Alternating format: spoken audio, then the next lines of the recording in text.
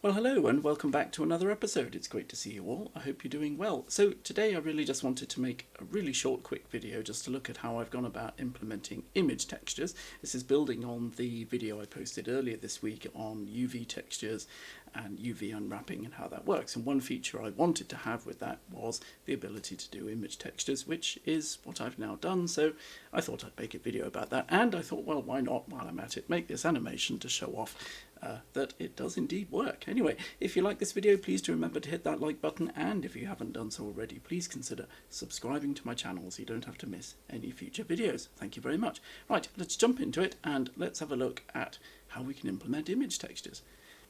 Okay, so to make this work, I've gone ahead and created some new code. This video is going to be a little bit different. I'm only going to talk about the code. You don't need to sit and watch me typing all the time. So trying out something new, we'll see how it goes.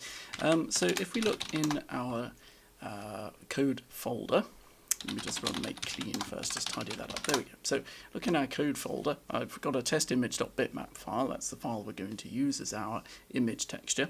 And if we go into the QB raytrace subfolder and then into QB textures, remember from the previous video, that's where we put all the files for our textures, and we created our base class, the flat texture and the checker texture. I've now created files for image.hpp and image.cpp, which are for the image texture class that we're going to talk about today. So let's dive in and have a look at that code. Okay, so this is the code. We have image.hpp and the class definition. So this is the header file. We of course hash include texturebase.hpp and SDL2. We need that brought in because we're going to use the functions of SDL2 in order to be able to load a bitmap image and to handle that data. As before, we put our texture class, our image texture class, into the nested namespace. So we have the texture namespace, which is within the QBRT namespace. I talked about that before. And we create the class image that inherits from public texture base. Exactly as before, pretty standard stuff. We have our constructor, our destructor, we have a function to return the color. So this is exactly the same structure that we had for the videos, for the texture classes that we made before. And then instead of a function to set the color, we now have a function called loadImage that returns a boolean and accepts as input an std string containing the file name, obviously of the file name of the image that we want to load to use as our texture. And we then have some private things. We store the file name.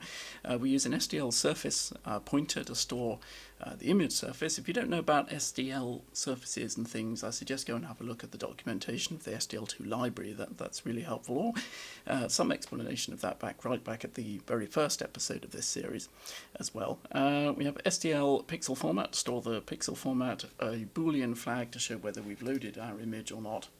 We then have integers for the x size, the y size, the pitch, and uint8, so fixed width 8-bit integer for the bytes per pixel, and then we have the red, green, blue, and alpha masks. Again, we talked about the masks before in the previous episodes when we talked about the QB image class that we based our ray tracer on. Okay, and that's it for the header file. So let's jump in and have a look at image.cpp. Okay, so here we are, image.cpp. This is the the class implementation. As before, we have our constructor and destructor. In this case, we do need to put some code in our destructor. Okay, so if we have an image loaded, then before we delete this instance of the class, then we need to use the SDL free surface function provided by the SDL2 library simply to free our image surface, and then we set it m_image loaded to false. I think that makes sense. Get color I'm going to talk about in a moment. What I'm going to do is just drop down to here, the load image function to talk about first. So this accepts as input a string for the file name. If an image has been loaded already, we use SDL free surface to delete it. We store the file name, and then we simply do m_image surface is equal to SDL_load bitmap file name.c_str, and that will simply attempt to load the bitmap. Okay.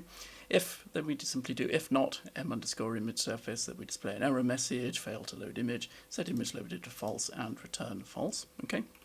Otherwise, we extract useful information, so we simply extract the x size, the y size, the pitch, pixel format, bytes per pixel, and the relevant masks. And we don't actually really use those for anything, but I've extracted them all thinking ahead, maybe we want to use them in the future.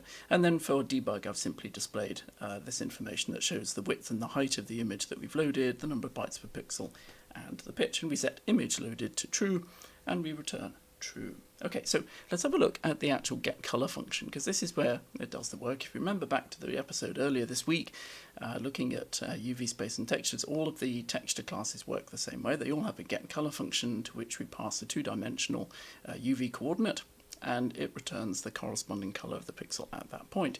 So the first thing that we do, if no image has been loaded, we simply return a purple, okay, so that it's really obvious that nothing has been loaded. And I think that's better than just giving an error message, because it means that something still displays on the screen and there'll just be this bright purple object, which makes it quite obvious that something's wrong. Otherwise, we apply the local transform to the UV coordinates exactly as we did before, and now we can convert the UV coordinates to image dimensions. It's fairly easy, so we're going to create integer values for x and y, so we static cast everything to int, and we take u plus 1 divided by 2, because u and v both vary from -1 to 1, so we add 1, so we get 0 to 2, divide by 2 gives us 0 to 1, and we multiply that by the mx size, which we of course first double static cast to double, okay, and that will give us integer values for x and y. Now you'll notice that we're not actually specifically doing any interpolation here. Done this way, this is essentially nearest neighbor interpolation, which is probably the most rubbish way of doing it, but it's really fast. If we were to implement anything else, we could do bilinear interpolation or bicubic interpolation or whatever, but that would slow things down. And actually, frankly, I found the results of this method to be really quite good. You saw them at the beginning of this video in the animation, so, you know, I think that's really quite good enough. To account for tiling, because we can scale our texture, so we could, in principle, make it smaller than the object that we're texturing. So we have to account for tiling, and I've used this method, and I've written a little bit of explaining here. So simply we take x modulo mx size. Now you might think that's all we need to do, right? So x modulo mx size means we'll get from 0 to mx size minus 1, and then it will simply repeat. The problem is if you have negative values, so u and v can both go to -1, so we can have negative values. So doing it this way, and adding mx size again, and then taking the modulo of mx size again, helps to account for that. You can see that here. If we set mx size to 10, for example, if x is 5, then we get 5 modulo 10, which is 5, plus 10, which is 15, modulo 10, which is, of course, 5. Okay. If x is 10, then we get 10 modulo 10, which is 0, plus 10, which is 10, modulo 10, 0. Right, makes sense. If x is 11, 11 modulo 10 is 1, plus 10 is 11, modulo 10 is 1. Okay, that's pretty straightforward. Now it gets more interesting. When x is -1, we have -1 modulo 10, okay, which is -1, plus 10, which is 9, modulo 10 is 9, okay, and x is -5, -5 modulo 10 is -5, plus 10 is +5, modulo 10 is +5. If x is -10, we get -0 plus 10, which is 10, modulo 10, which is 0, and if x is -11, we'd have -11 modulo 10, which is -1, plus 10, which is 9, modulo 10, which is 9, and so on. So you can see how that's going to work, okay? So we simply do that for x and y. I put in this extra check to verify that we're within the image. It's probably not necessary to do that given the modulo stuff we've done up here, but it just seemed like a good idea anyway. So then we convert x and y to a linear index. Okay, so we have to convert to a linear index to index into the pixel array from the SDL surface, right? Again, I talked about that in the previous episodes when we looked at developing the image class that we're using, so you can go back and have a look at those for more details. We get a pointer to the pixels. Okay, type uint32, fixed width, so star pixels, which comes from m_image surface pixels. We extract the current pixel value, which is just pixels indexed by pixel index. Pretty straightforward, and then we convert to RGB using the SDL get RGBA function. Very important to note, this works only for 32-bit bitmap files. Okay, if you have a 24-bit bitmap file at the moment, I've tried it and this crashes. I'm not entirely sure why. I don't consider myself an expert on SDL2 by any means, so you know, let me know in the comments if you know what I'm doing wrong there. Anyway, but for 32-bit, so RGBA, red, green, blue, alpha bitmap images, this does indeed work fine. And then we simply set the output color accordingly, and we return output color, and that's it.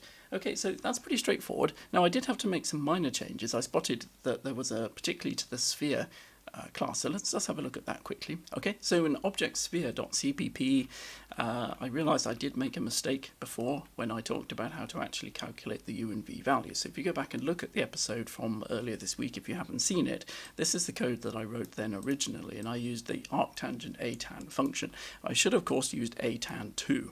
Okay, in order for it to work properly. I did talk about atan2 in the previous episode, so again, more information there. So I've simply modified that, so now w is equal to atan2, the floating point square root of x squared plus y squared divided by z, and v is atan2y over x, and then we don't need this extra code here, and we simply then normalize by pi, and then that does indeed work. Okay, so that was everything there. Finally, I just want to show the scene class that I created to create the demo animation and image that you've just seen. And so that's here in our constructor. We set up the camera as before. We create just two textures now, a floor texture and an image texture. We set up those textures. So the floor texture is just the standard checker texture, see, defined here. And the image texture is our image texture that we've just created. We configure that with image texture load image, okay, and test image.bitmap, and then we set our transform. And then we create some materials, and we set up the materials, assigning textures where necessary. And we have the three balls, of course, which they don't have textures. And then we just set up the objects as before: floor, image plane, sphere, sphere 2 and sphere 3.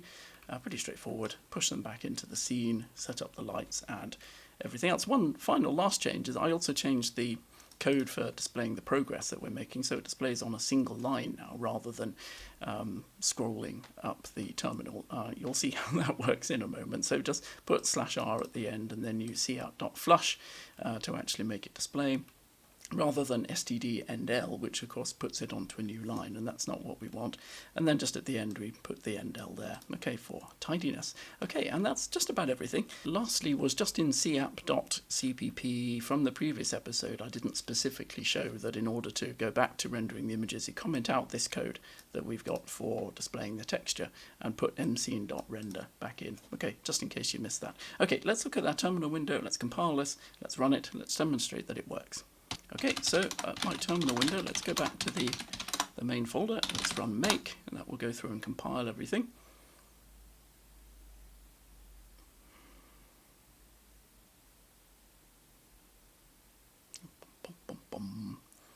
It's quite a lot now. Okay, and let's run ./cubearray. There we go, and we can see here we've got the new progress indicator is a lot neater, and when that reaches 720, that will be the image complete. And there it is. Okay, there's our result. Okay, as simple as that. So that's really everything that I wanted to talk about today. Like I said, just a quick short video, really just to show how to implement image textures in our library. So as I said at the beginning, if you like this video, please do remember to hit that like button, and if you haven't done so already, please consider subscribing to my channel so you don't have to miss any future videos. Thank you very much. Anyway, listen, it's been a great pleasure making this video. I really hope you've enjoyed watching it, and I really look forward to seeing you in the next one. Thank you very much for watching. Bye.